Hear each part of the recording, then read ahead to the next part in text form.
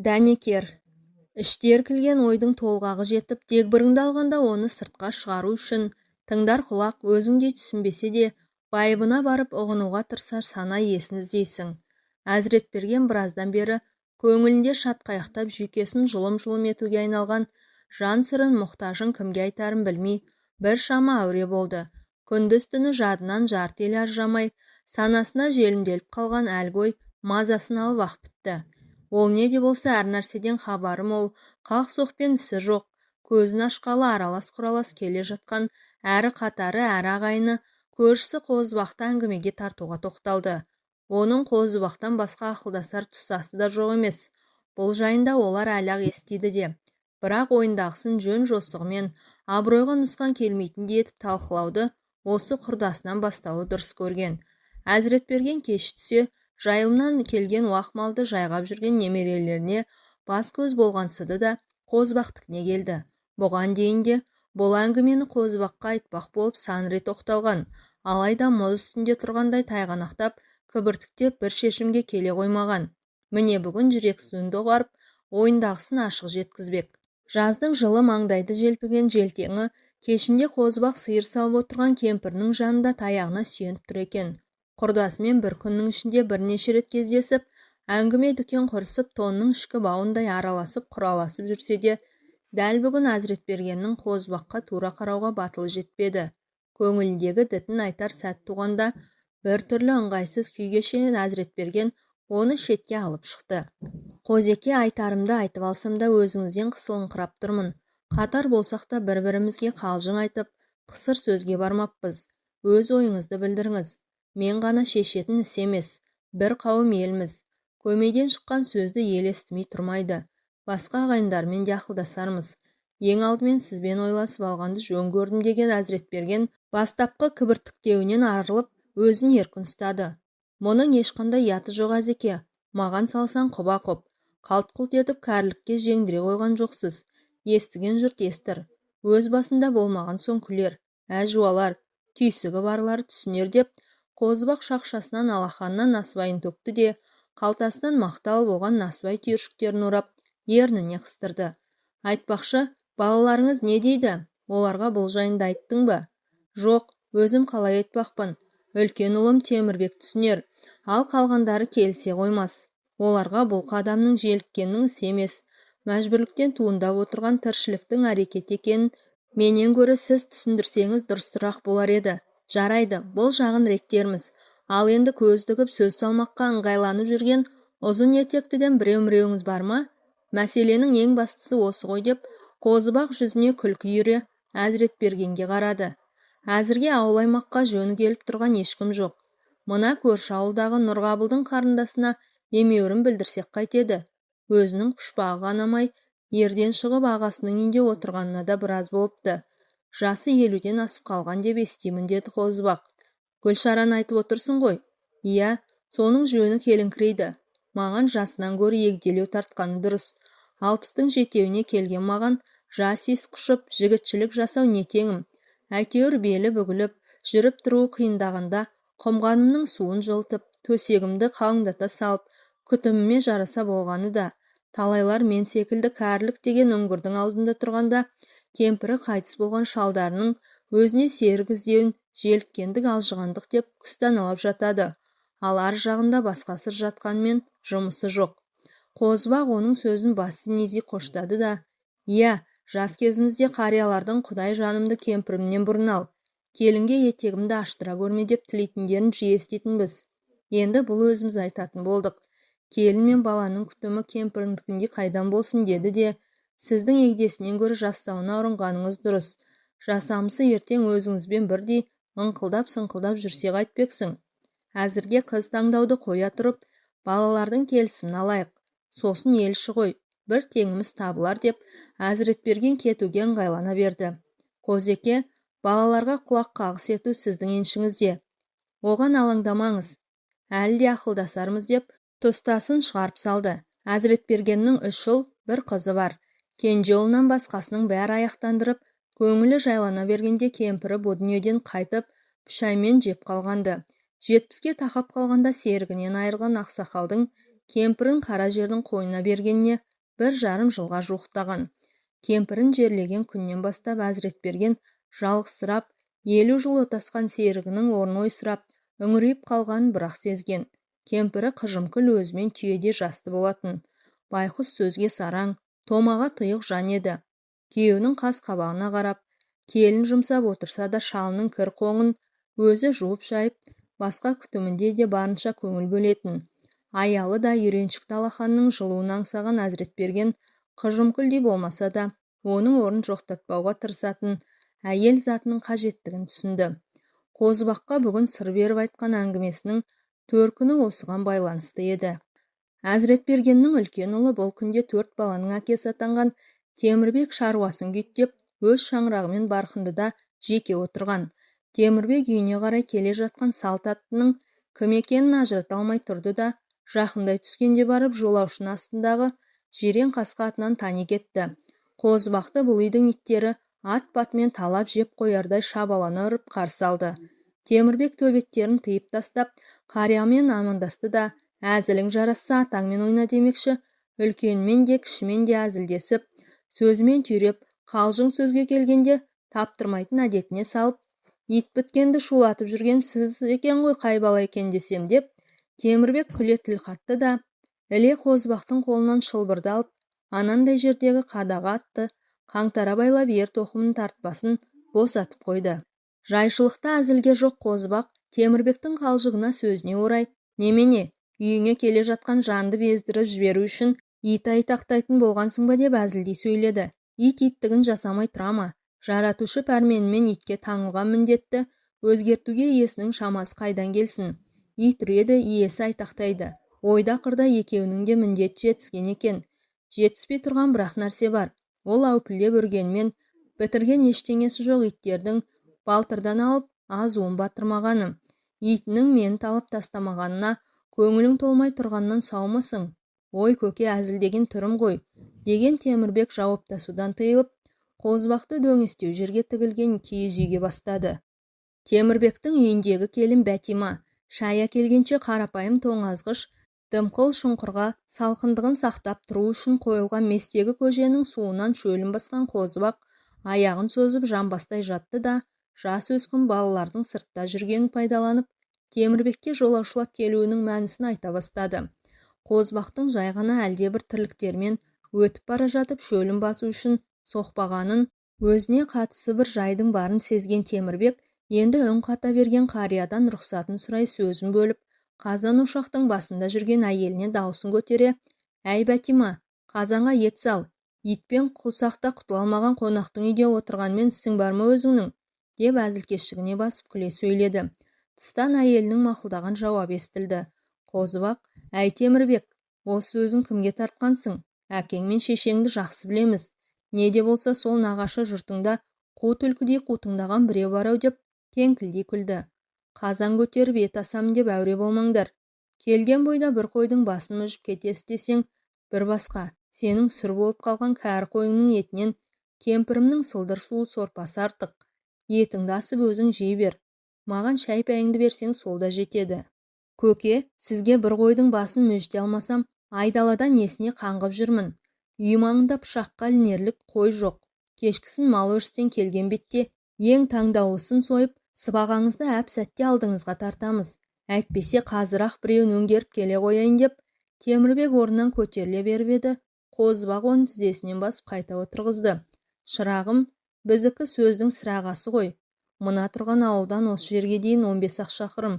Сол қашықтықтың өзін басып өтемін деп, денем ауырсынып отыр.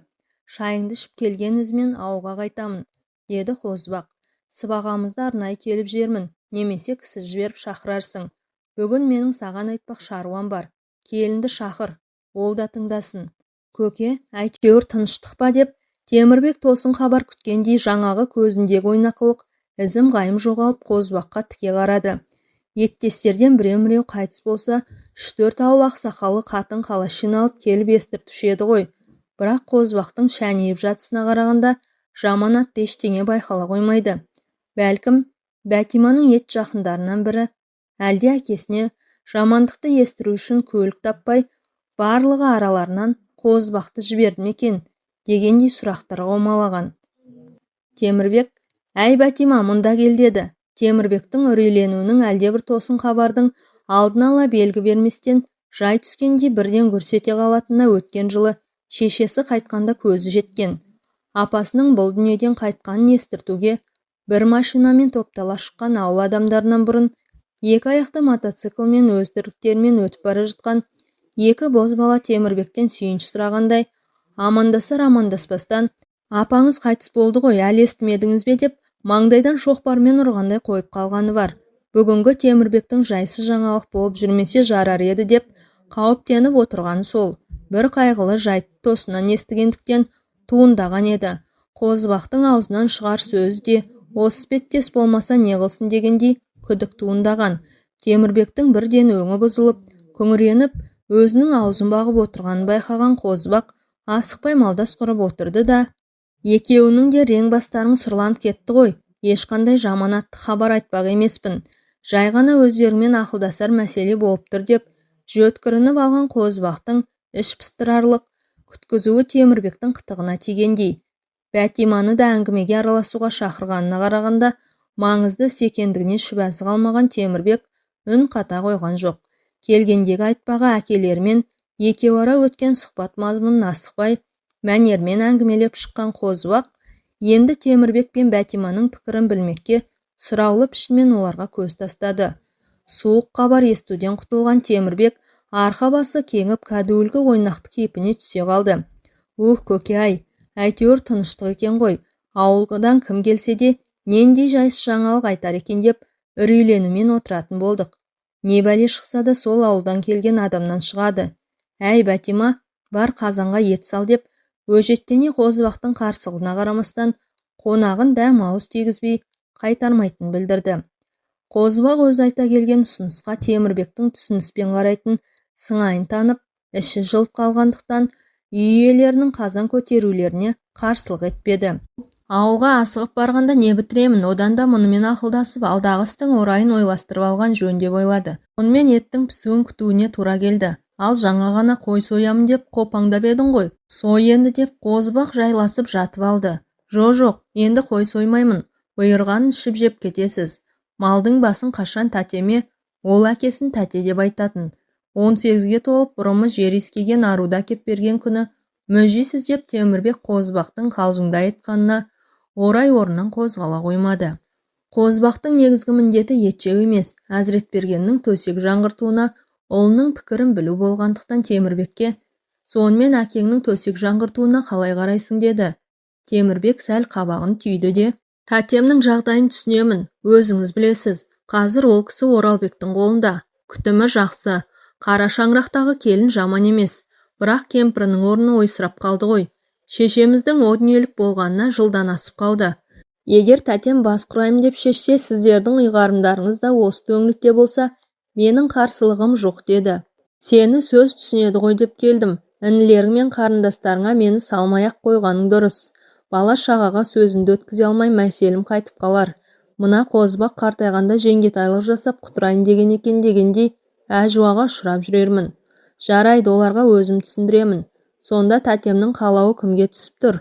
Ол жағын дәл қазір нақты білмеймін. Екінші шешемізді өздеріміз іздеп таңдайық десеңдер, кім ғой дейді» деген Қозыбақ қай күнгі Әзіретбергенмен арадағы әңгімеде аты аталған әйелдерді айтпақ еді, бірақ ішіне іркіп қалды.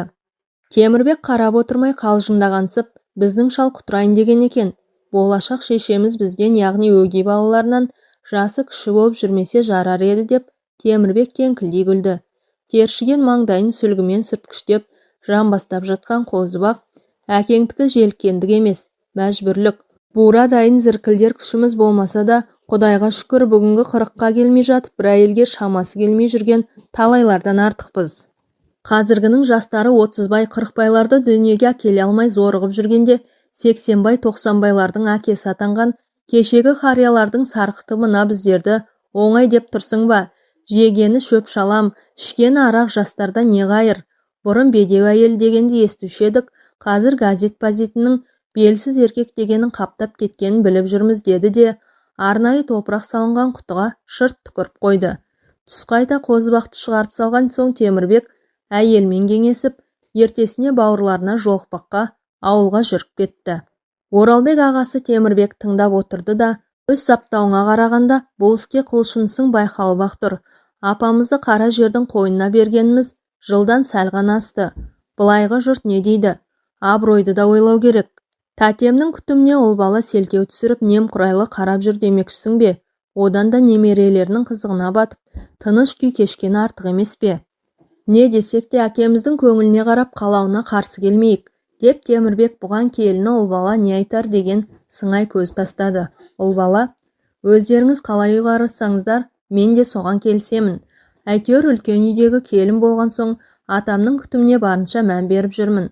Қария кісінің жайына келіні салғырт қарап, соның себебінен осындай іске баруға тура келді деп жүрмесеңіздер болды деді. Бұлар сөйлесе келіп әкелерін қолдап, істі әрі қарай ойластыруды тұстастары шешер деп тоқтамға келді.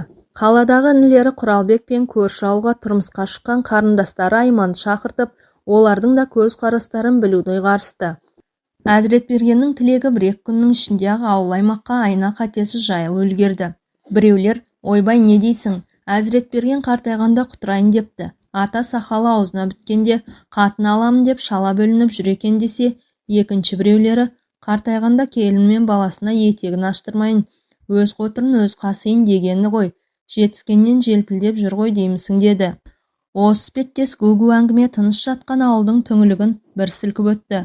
Екі адамның басы қосылса әңгіменің арқауы Әзіретберген жайында болып, оның есімі жалықтырмас тақырыпқа айналды. Мұны қозғамаса ішкен астары бойларына тарамайтындай. Осындай мазмұндағы әңгіме ауанын Әзіретберген өз құлағымен естімесе де, былайғы жұрттың аузында жүргенін іштей сезеді. Қозыбақ Әзіретберген қатыспаған жиындарда ауылдастарына істің мәнін түсіндірген болды. Мұндайда ағайын туыстар Қозыбақтың алдында бас шұлғып, дұрыс екен десе бұлайшыға әлденені көкіп шыға келетін. Әзіретбергеннің күндегі бала-шағасымен бір дастарханның басында отыруға ұялғаннан әзер шыдап тығырыққа тірелгендей күйде өтіп жатты. Төркінінен жеткен хабар Айманның жүрегін оқтай қадалып, анасынан айырылып онсыз да қам көңіл шерменде күй кешіп жүрген оны тұқыртып тастады. Әкесіне тіке қарап, сөз салғыстырып көрмеген Айман анасының орнын өзгеге бастырмау қажеттігін айту үшін бауырларына жолуға төркініне келді. Айманның бұл келісінің мәнісін дегеннен-ақ оға қойған Әзіретберген қызының ауылдан кіріп келе жатқанын көрген бетте-ақ өзін кінәлі жандай сезініп, көзіне тура қарай алмай тайсақтай берді. Әке мен қыз аман-есендік сұрасып тұрған сәтте бұрынғыдай емен жарқын шүйіркелесіп кетпеді. Сағынысқан көңілдің әсерінен қыз әкеге еркелеп, әке қызының маңдайынан иіскеу тәрізді өздері үшін жарасымды қауышу әдеті бұл жолы қайталана қойған жоқ. Дегенмен әке ниетіне қарсы Айманның ішкі сарайындағы өре түрегелген қатқыл пікір жуасыңқырап, ол сол заматта жаны ашу сезіміне ұласқандай болды.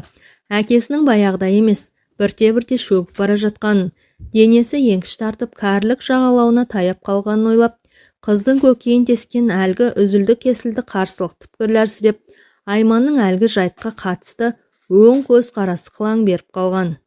Төркініне дедектете сүйреп келген істің желісін бауырларымен бірге төрт көздер түгел отырғанда талқылаудың реті келе қоймайтын білген Айман, не болса да кіші ағасы Оралбек пен жеңгесіне өз көзқарасын айтудың сәтін күтіп, төргі бөлмеде жеке қалды.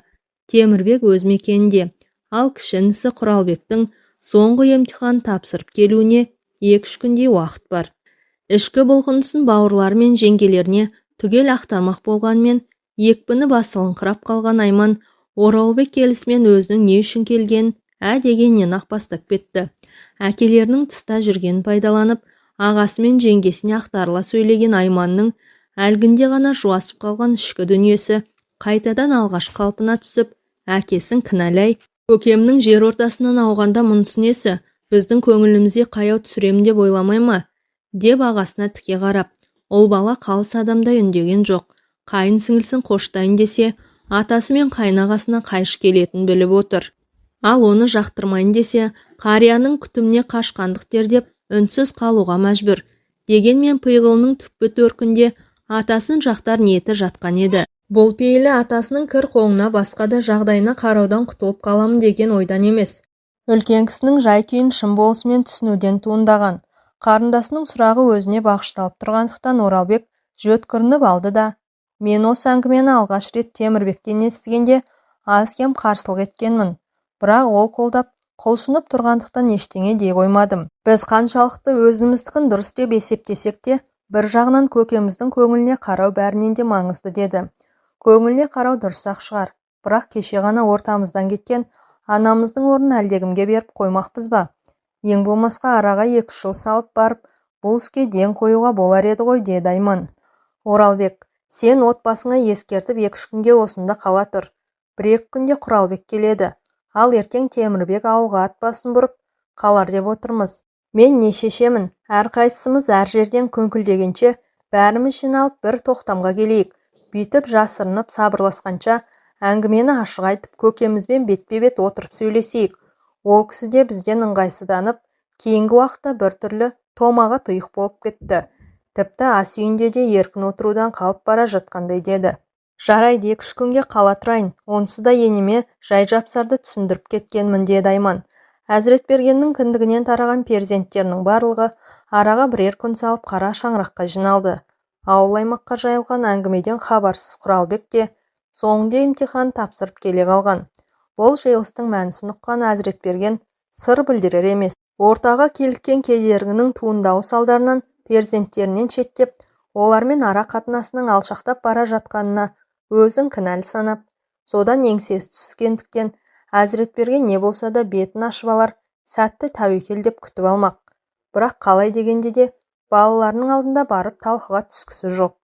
Кешкі ас үстінде Құралбектен басқасының бәрі баяғыдай емен жарқын еркін отыра алмады. Тек ештеңеден хабар жоқ кенже ұл әкесіне еркелегенсіп, оқуының 1 жылы қалай өткендігін, не көріп не қойғанын сөз етумен болды. Әкесінің қасында төрде отырған Темірбек бауырларымен алдын ала болған келісім бойынша бүгін жиылыстың мәнісін айтпаққа оқтала берді де, кенет көкесінің көзінше бірдеңе деуге батылы жетпей, тілі күрмеліп жақ аша алмады. Бір жағынан оған көкесінің ісін талқыға салу сол сәтте әбестік болып көрінген еді. Сондықтан бауырлармен болған талқылаудың қорытындысын әкесіне оңашада айтпақ болып, ләм-мим деп қоймады. Темірбек сөз бастамағандықтан өзгелер үнсіз. Сол кезде әлгі әңгіменің басталмағаны Әзіретбергенге де, сондай-ақ Оралбек пен Айманға да жайлы тиді. Өйткені олар жеме-жемге келгенде бір-бірінен ыңғайсызданып, ұялып бұл тақырыптың қозғалмауын іштей тілеген еді. Ас жілік болған соң Әзіретберген бата қайырып әруақтарға және бұл дүниеден қайтқан кемпіріне бағыштап аят оқыды да, мен қозбақтықне барып әңгіме дүкен құрып келейін деп шығып кетті. Мұнысы балаларына кедергі жасамай, еркін сөйлесулеріне жағдай жасағандық еді. Әзіретберген кеткеннен кейін үй ішіндегілер қызу әңгімеге кірісіп кетті. Жаны нәзік Айман, мен бұл үйден кеткен адаммын. Сонда да өзімді шыққан жерімнен бөліп қарай алмаймын. Көкеме айтып райынан қайттарыңыздар. Апамның құлағын шулатпай көрінде тыныш жатқызайық деді. Ағаларына алма кезек қарап. Көкесінің төсек жаңғыртамын деген енді естіген Құралбек 2 ағасына кезек көз тастап, бұл қалай? Жоқ, бұлай болу мүмкін емес. Апамыздан айырылып, әлі көзіміздің жасы кеппей жүргенде өзгені босағадан аттатып, өге шешемнен қайғымыздың орнын толтырмақпыз ба деп шыж-быж болды. Сендер қызбалыққа салынбаңдар. Мына Оралбек те басында қиқаңдап, бірақ кейіннен райынан қайтты. Ал сен екеуің ат үсті бір жақты ғана ойлап отырсыңдар. Мен көкеме жетіскеннен келісім берген жоқпын. Иә, апамның орнын ешкім толтыра алмайды. Қазаның қайғысы төс табандатпай мені айналып өтті деймісіңдер. Сендердің қарсылықтарың жөнсіз.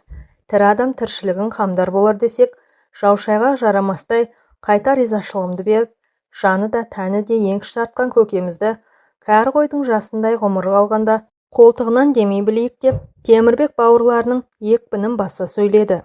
Оралбек, сен мені тете өскендіктен Оралбек Темірбекке сен деп айта бермейтін.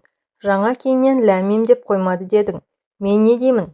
Бәрін сен көкем қозбақ көкешен шешіп қойыпсыңдар ғой. Шын мәнінде мен бұл іске араласқым келмейді. Үлкен үйде мен қалдым. Демек көкеміз бас құрар болса, өгей шеше менің қолымда тұрмақ. Одан арғысына өзгелердің қатыстарың шамалы. Қысқасы үлкендердің ұйғарына мойынсұнайық. Сөйтіп шеше таңдайық деді. Сіз қалайша бұл іске араласқыңыз келмейді, қызық екен. Өгей шешемен бір шаңырақтың астында тұратын болғандықтан, қайта нағыз бас қатыратын сізсіз ғой, деді Айман. Оралбек үнсіз қалды.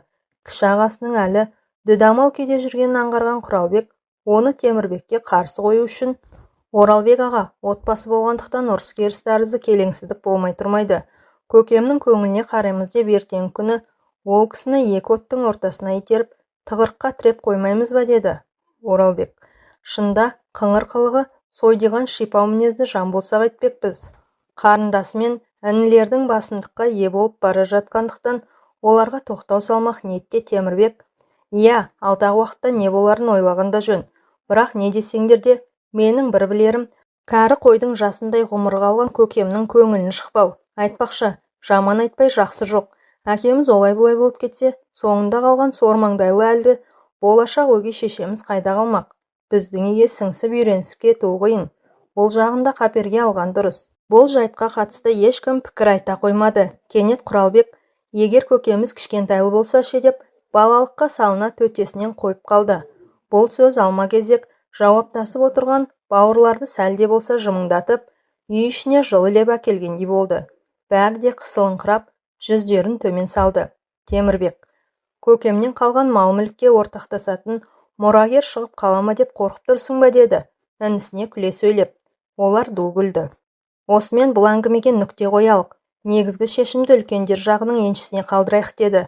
Айманның әлгінде ғана бет жүзіне ойнап шыққан жымиысы сап тыйылып, мен не десеңіздер де қарсымын. Апамның орнында әлдекімнің жүргені ішкі жарамды одан сайын тырнай түсетіндей деп көзіне жас алды. Қарындасының жасаураған көзінен анасына деген сарғайған сағынышын аңғарған Темірбек әңгіме желісін көп соза бермей, осы да жетер дегендей үнсіз қалды. Ертесіне кешегі әңгіме барысын әкесіне бұрмалаңқырап, оның жүрегіне жылылық ұялата баяндап берген Темірбек іле Қозыбақтікіне жолықты. Қозыбақ көздеп жүрген басы бос екі ұзын етектің жай жапсарынан Темірбекті хабардар етті. Ал Айман әкесіне айтпақ арман мұңын қазақ қызының ибалы ұяң мінезінің себебінен айта алмай, шарасыздық таныта үйіне қайтты. Құралбек болса ағаларынан аса алмай, балаң көңіліндегі дітіне тұсау салғанына мазасыздана да іштей көкесінің бұл іске мәжбүрліктен барып отырған үнсіз мойындағандай.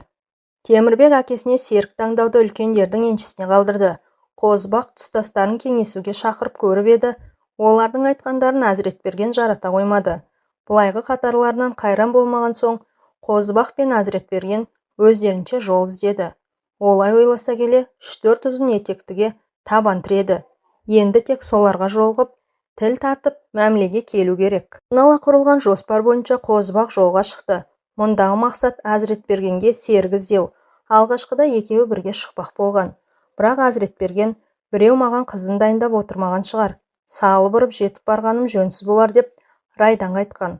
Құрдасының мұнысын жөн көрген Қозыбақ, жарайды, сізді әурелемеймін. Ал мен жолығуды дұрыс деп тапқан жандардың тамырын басып қайтайын. Көп жүрмеспін. Ары кетсе, 1-2 күнде оралармын деген. Қозыбақ сапарлап кеткелі Әзіретбергеннің дегбірі қашумен болды. Оралбек жұмысына ерте кетіп кеш келгендіктен әкесінің бойындағы өзгерістерді аңғара қоймады. Құралбек пен жеңгесі қарияның кешеден бері тыным таппай жолға қарайлаумен, әлденені асыға күтумен, бір нәрсенің байыбына бара алмай, күйгелектеп жүргенін аңғармағансыды. Кенже ұлмен еркін сөйлесетін Әзіретберген одан қашқақтап, ал Құралбек жоламай әуре. Тек сыр білдірмей жүрген келіні ол бала. Ата шай ішіңіз, ата кешкі асқа кіріңіз, ата теледида көріңіз, жаңалықтар беріліп жатыр деген. Бұрыннан келе жатқан үрдісті пейілінен жаңыла қойған жоқ. Ол баланың бұл әдеттегісі Әзіретбергенге жасандылық, сыр білдірмеу үшін қолынан келген жасағандық деп түйіледі. Қозыбақ ауылына келгенде автобустан түсіп қалды. Жіпсіге маңдайын қалта орамалмен сүртіп, тақиясын оңдап киді де, аз кем тұрып, осы ауылдағы құдасы үлкен ұлының қайнасы Кентайдың үйіне қарай аяңдады. Кентай үйінде екен. Мән жайды оңашада сөз етіскен екі құда кештетіп Нұрғабылдікіне баруды ұйғастырды. Кентай Нұрғабылмен аталас. Демек Қозыбаққа да бөтен емес. Оған қоса жастарды шамалас. Өлім-жітім, той-томалақтарда жолығысқанда сәлемдер түзу. Бұлар аулаға енгенде Нұрғабыл есік алдында насыбай түйіп отыр екен. Ол құдаларын көріп асай-мүсейін жинағансыды да орнынан тұрып қарсы жүрді. Тұғырынан тұя қоймаған Нұрғабыл шапшаң қимылдап, кемпіріне дауыстап қонақ келгеннен белгі берді. Өзі бұларды бастап үйге кіргізді. Мұнтаздай таза әрі жинақы үй ішінен пысық келін мен белі бүгіле қоймаған кемпірдің қолтаңбасы анық аңғарылып тұр. Бұлардың үстіне Нұрғабылдың қарындасы Гүлшара кіріп, аман есендік сұрасып келе жатқанда, Қозбақтың іші қылп ете қалды да, бойын тез жинап алды. Жеңгесінің тұсын ала бере жайғасқан Гүлшараға қараған Қозбақ, оған Әзіретбергеннің көңілі сөзсіз толатынына күмәнданбады. Елуді еңгерсе де, бетінің әрі таймағаны жазық маңдайы, дөңгелек жүзі толықша келген денесі Қозбақты тамсантып тастады. Нұрғабылдың кемпірмен Гүлшара аз кем отырған соң бөлмеден шығып кетті. Қазақта үйіне келген кісіге кім болса да, неге келдің деп сұрамайды, шаруасына ә дегеннен айтама, жата жастана қозғайма, ол қонақтың өзіне байланысты. Нұрғабыл бұл екеуінің келісінде бір сыр бар екенін әу бастан-ақ сезсе де ештеңе дей қоймады. Әрінен сөз еткен шеуі ендігі кезекте негізгі шаруаға көшкенді жөн санағандай аз кем үнсіз қалды. Нұреке үйде тыныштық қана жатса, мына Қозыкең келіп бір әңгіменің ұшын шығарғаны. Өзім де сасып қалдым деп өзінің қозғалғалы отырған әңгімеден бұдан кейін де хабарсыз болғанын білдіре сөйледі. Ендігі сөзді Қозыкеңе берейін, ішіндегісін ақтарсын. Қозбақ: Нұреке, сізге арнайы келіп отырмын. Мендік қолға қаншалықты әдепке сай келерін дөп басып айта алмаймын. Өзіңізден бөтен еместігіңізді ескеріп көкемдегіні бүкпеймін. Кәрілікке жеңіліп осы күнге дейін жиған терген ақылың шашырап, алжуға қадам бассақ, ол да тіршіліктің заңдылық шығар. Менің айтпағымды жөн десеңіз де, алжығанды десеңіз де өз еркіңіз. Менімен қатарлас ағайыным Әзіретбергенді білесіз. Былтыр кемпір өлгенде жаназаға қатыстыңыз. Сол Әзіретбергеннің әлі де тұғырдан тайған жоқпын, бас құрасам деген пиғылы бар. Мәймөңкелемей турасына көшсем, сіздің қарындасыңыз Гүлшара келісім берсе, оны ендігі қалған өмірінде серік етпек ниетте. Келісінің мәнісі осы деп тоқтады. Нұрғабыл қозғалақтап, бұйымтайды айтудың сөкеттігі жоқ, қарындасын отбасын құрмады. Қазір жер ортасына тақап қалды. Оған дейін де сөз салғандар аз болған жоқ. Енді сіздерге оңды жауап бере қояр деп ойламаймын. Мені несін ортаға қыстырасыңдар? Жас емес өз шешеді, деді Нұрғабыл. Жанарын Қозбаққа қадап, дұрысы жеңгесі арқылы сөйлесіңдер, өздерің келісіңдер. Оған бұған дейін де сөз салғандар жетіп артылды. Бұл бәрінің де меселін қайтарды. Әйелі өлген немесе ажырасқан қол қалаушылардың бетін қайтарғанына өкінбейді де. Өйткені өзгенің бала шағасына өгей шеше болғанша, туған ағасының балаларын бауырына басқанды артық көрді. Осының бәрін іштей түйсінетін Нұрғабыл кісі салушылардың әрекеті бос әуре екендігін білсе де ештеңе демейтін. Егер қарындасын тұрмыс құруға үгіттесе, менен құта алмай жүр екен деп ойлар дейтін. Ал сөз салушыларды өз алдынан кері қайтарса, Нұрғабыл қарындасының бағын байлап, аяғына тұсау салып отыр дегендей, жұрт сөзіне ілгетін біліп, бұ түйінді қалай шешерін Гүлшараның өз құзырына қалдыратын. Ал Гүлшараның кімге де болса айтар жауабы Нұрғабылға түсінікті. Қозбақ кешкі автобуспен қайтып кетті. Гүлшараның қимыл қозғалысы, жүріс-тұрысы жол бойы қарияның көз алдына қайта-қайта келе берді. Ибалы дене бітімі, келісі елуге келсе де кім-кімді де бір қаратпай қоймайтын реңі, бірақ бала сүю қызығынан қағылып, өз алдына түтін түтете алмай, ғұмыр кешіп жатқан әйелге аяушылық оянған Қозбақ терең күрсінді. Үміт от сөне берген соң Әзіретберген райынан қайтқысы келген. Мұнысын Қозбаққа жеткізіп көріп еді, ол әзекке жұрттың бәрі құлағдар естіп қойған. Енді кері шегінбелік, қалайда біреуді табамыз деп көнбеді. Әзіретберген: Қозыке, өзіңізді де көп әуреледім. Осы да жетер деп қарсыласып бақты. Дегенмен екеуі ара кеңесе келіп, тағы да бір рет бақ сынап көрейік десті. Қозбақ ауылына жол тартты. Мұнда да Қозбақтың таныс тамыры аз емес. Екі ауылдың арасы айдамал демесең автобуспен бір күн ары, бір күн бері жол. Қозбақтың бұл жерде түп нағашылары бар. Өзінен жас үлкен түп нағашысы Сейіт Женшарының келісінің мәнін ұққаннан кейін оңашада әзілге жеңдіре, бәсе, көптен бері атызын салмай кеткен Женшарым арнайы келген екен десем, қыз іздеп жүр екен ғой деп күле сөйледі. Үйіңе барғанда Әзіретбергенмен табақтас болып едім. Бұлай жаман кісі емес. Менің Женшарым жаманды жанына жолатпайды ғой. Мұнда жалғызілікті әйел тұратын кімнен естідіңдер? Елші ғой. Жігітшілік құрып жүргеніне қарағанда бір өзенді арнасынан аунатуға әлі қауқарың жетеді-ау деп Сейіт әзілдей. Сейтеке қайбір қуат қалды дейсіз, ағайындықты танытудың әрекеті ғой, деді Қозыбақ. Сейіт Қозыбақты қолға салынбақ, жесір әйелдің өмірінен хабардар етті. Сенің жоқпақ адамың аты Нұрғайша, бізбен рулас, жас елуге ілінгіреген болу керек. Сейіттің кемпірі Күләй көп ұзамай Нұрғайшаның кештетіп осында келетінін, әңгімелесетінін жеткізді.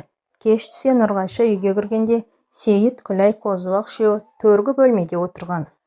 Тақырып әжептәуір талданғанмен Нұрғайша тарапынан нақты шешім айтылмады. Ол 2 аптадай мұрсат сұрап қабырғасымен кеңеспек болды. Жауабын Күләй арқылы айтпақ. Қозыбақ ертесіне түс қайта ауылына қайтып кетті. Арты қалай шешілетіні әзірге белгісіз. Бірақ үміт бар. Нұрғайшаның жасы ұлғайып келеді. Қызым да бой жетіп, бола өсіп келеді. Ертең тұрмысқа шыға қалса барған жеріне мені өзімнен бірге қалай алып барады? Болашақ күйеу бала қызымның дегеніне көніп, мені қолымда тұрады деп сенімен айта алмаймын. Күшік күйеулікке көне қоймас. 4 қабырға қамалып, жалғыз қалудан артық азап бар ма? Бел бүгіліп, еңсе еңкіш тартқанда жаныңа демеу болар. Мұңыңды бөлісер біреудің қажеттігі күн өткен сайын айқындалып келеді. Деп күрсінуі Қозыбақтың әзірге Әзіретбергенге жеткізер жалғыз ғана жылы хабары. Сол жылы қыстың алғашқы айында Әзіретберген Нұрғайшаны көшіріп алды. Өгей шешесі бұлардың табалдырығын аттаған күні әкесінің қуанышты реңін, бойындағы құлшыныс табын, жай күндері біліне бермейтін басқа да жағымды құбылыстардың қылаң беруін Темірбек жазбай таныған. Нұрғайшаның өз табалдырығын аттауы құрметіне арналған жиында Әзіретберген қанша жерден өзін сабырлы ұстап, әлгі өзгерістерді сыртқа білдірмейін десе де, онысын тұстастары анық аңғарды. Бірді-екілі қатарлы Әзіретбергеннің бойындағы серпілісті сезгендіктен шығар бота қалжыңмен оны шымшылап алуды да ұмытпаған. Темірбек Қозыбақтың кемпіріне, әкесі мен өгей шешесіне төсек орынды оңаша жайлы етіп салып беруді жеңгелері арқылы жеткізді. Қозыбақтың кемпірі Жамал ымырт үйірле өзіне жүктелген міндетті орындап, Әзіретберген мен жас келінге белгі берді. Түн ортасында оянып кеткен Темірбек көрші бөлмедегі әкесінің ақыла бүхілегенін, қимыл қозғалыс сыбдырын құлағы шалды да, жүзі шыдамай, аяғының дыбысын сездірместен тысқа шығып кетті.